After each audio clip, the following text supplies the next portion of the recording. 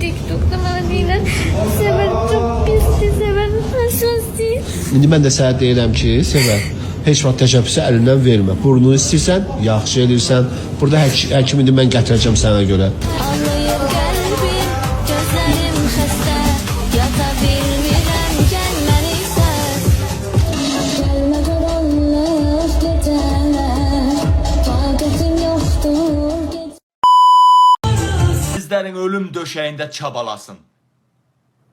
Torpaq qəbul eləməsin, İbrahim Tatlıses kimi belə qalasan. Xoşbəxtlik radyosuna gəlməsin. Xoşbəxtlik əhatə dairəyə yaxın gəlməsin. Daimi problemdən ağır problemlər üstünə gəlsin. Kreditlər, qazın işığını kəssinlər, kreditlər hamısı başından bəri açsın. Əzrailin qəzəbinə tuş gələsən, Allah səni heç xoşbəxt eləməsin. Ay yuxudan dururlar, 50 dənə video atır. Hamısı da yazır, hamısı axıra kim bax. Nə bilim axıra kim? Nəyə göndərsən o videolarını? Bir özün axıra kim baxmısan bu olaraq? Ay Polad, sənə görə mən TikTok'dan gəlmişəm. Olar səndən tanış olmaq? Kıyasavisko. Aycan, Gözəl qız. Aycan. Nəsə bir bayaza yaxınçılıq oldu. Hiss eləmədin ki? Yox. Oyda! Bu nədir?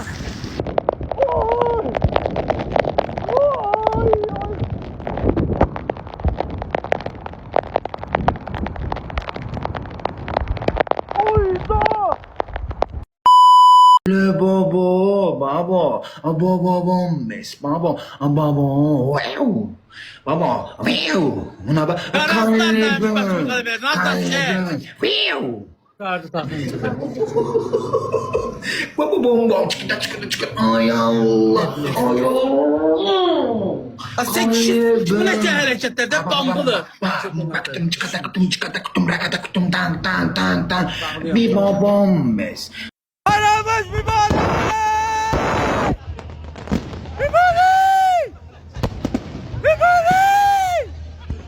Aramız mübarek!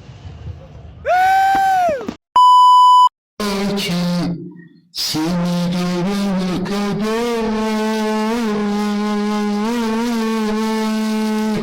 ta ki seni görene kadar olanlar oldu. Torbası geldi.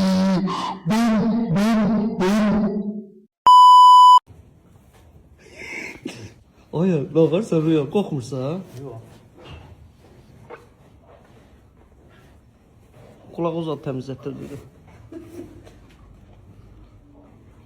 Ən ağarsan. Mau. Rüya, qorxmursan sən heyvanlardan? Yox. Heyvan içində böyümüş.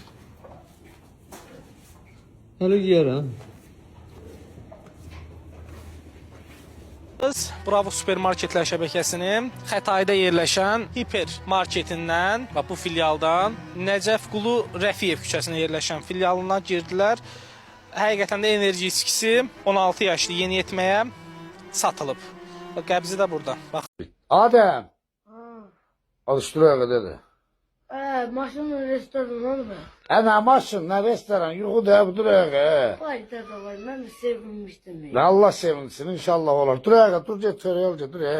Maşınına bak, bunun restoranına bak. Kasımın ne olmasa da bomba xəyalları, yuxular olur. Duruyor.